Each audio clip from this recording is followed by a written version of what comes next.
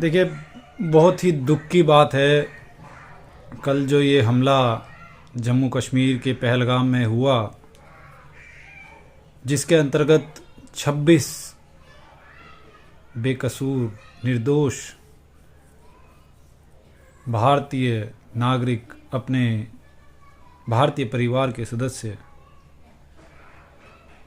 उनको अपने जीवन से हाथ धोना पड़ा। यह अमानवीय कृत्य है और यह अमानवीय कृत्य मुझे नहीं लगता कि कोई भी धर्म इस अमानवीय कृत्य को करने की इजाज़त या अनुमति प्रदान करता होगा। जैसा कि बताया जा रहा है कि यह आतंकवादियों द्वारा किया गया एक ऐसा कृत्य है जिसे बेरहमी, निर्दयता की उच्चतम श्रेणियों में रखा जा रहा है। दोस्तों, हमें यह समझना होगा कि भारत में जो यह जम्मू कश्मीर के क्षेत्र में हुआ है, वह आखिर क्यों हुआ है। दोस्तों, मैं सर्वप्रथम अपने जीवन से जीवन को, अनमोल जीवन को खोने वाले उन पवित्र आत्माओं की आत्मा को, उनको श्रद्धांजलि दूंगा। सर्वप्रथम मेरी भावपूर्ण श्रद्धांजलि उनके प्रति है। और जैसा कि बताया जा रहा है कितनी बेरहमी से उनका हत्या की गई है, यह बहुत ही गलत है, बहुत ही दुखदाई है, बहुत ही कष्टदायी है। दोस्तों, जो यह कृत्य किया गया है, वास्तविकता में यह जम्मू कश्मीर के उस दौर को समाप्त करने के लिए किया गया है, जिस दौर की शुरुआत वर्तमान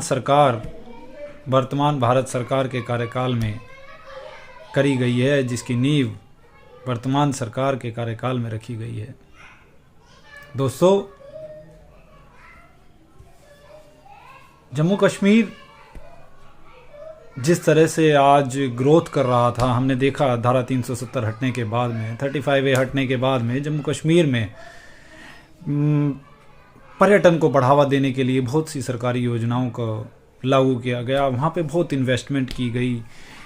पर्यटन को बढ़ावा देने के लिए सरकार ने विभिन्न योजनाएं भी वहाँ पे लागू की गई।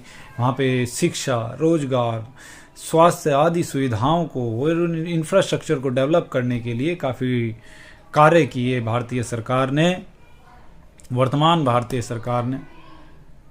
तो यह बात कुछ वर्गों को हजम नहीं हुई।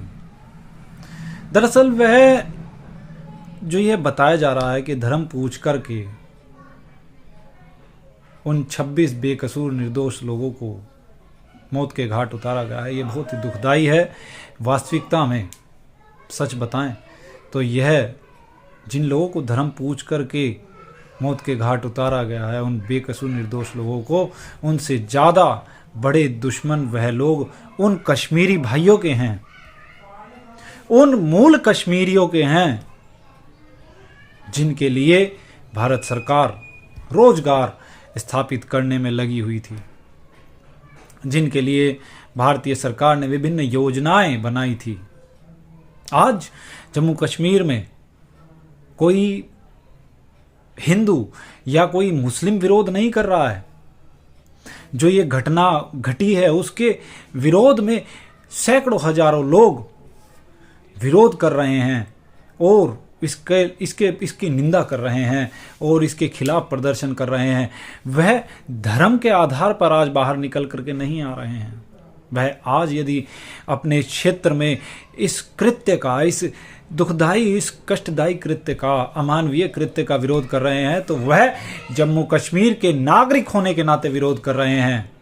जिसके अंतर्गत हर धर्म हर जाति का व्यक्ति इस कृत्य का विरोध कर रहा है।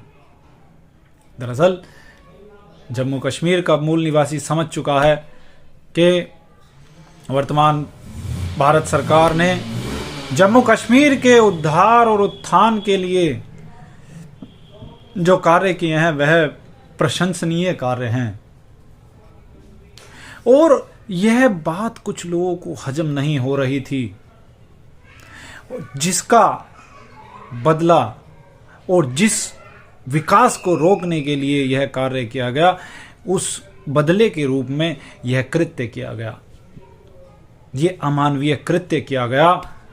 यह बहुत ही दुखदाई कृत्य है। दोस्तों, मैं अपने दिल की गहराइयों से उन आत्माओं को भावपूर्ण श्रद्धांजलि समर्पित करता हूं, लेकिन यह जो किया गया है यह बहुत ही गलत किया गया है।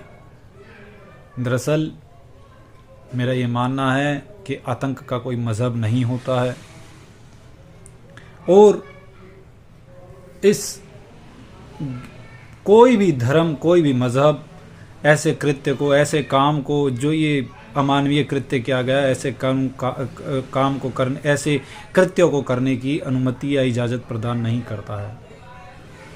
अब इसे धार्मिक रंग देने के लिए उन 26 बेकसूर लोगों को मौत के घाट उतारने वाले लोगों ने बड़े ही सोची समझी साजिश के तहत देश विरोधी ताकतों ने, विदेशी ताकतों ने विशेष रूप से एक धर्म विशेष के लोगों को पूछ करके, चिन्हित करके, उनका नाम पूछा, उनको चिन्हित किया गया, उनका धर्म पूछा, और फिर उनको मौत के घाट उतारा गया। दरअसल यह जो कृत्य किया गया है वह वहाँ पर उपस्थित एक विशेष धर्म के लोगों की सहानुभूति अर्जित करने के लिए किया गया था, लेकिन इसके ठीक विपरीत हुआ।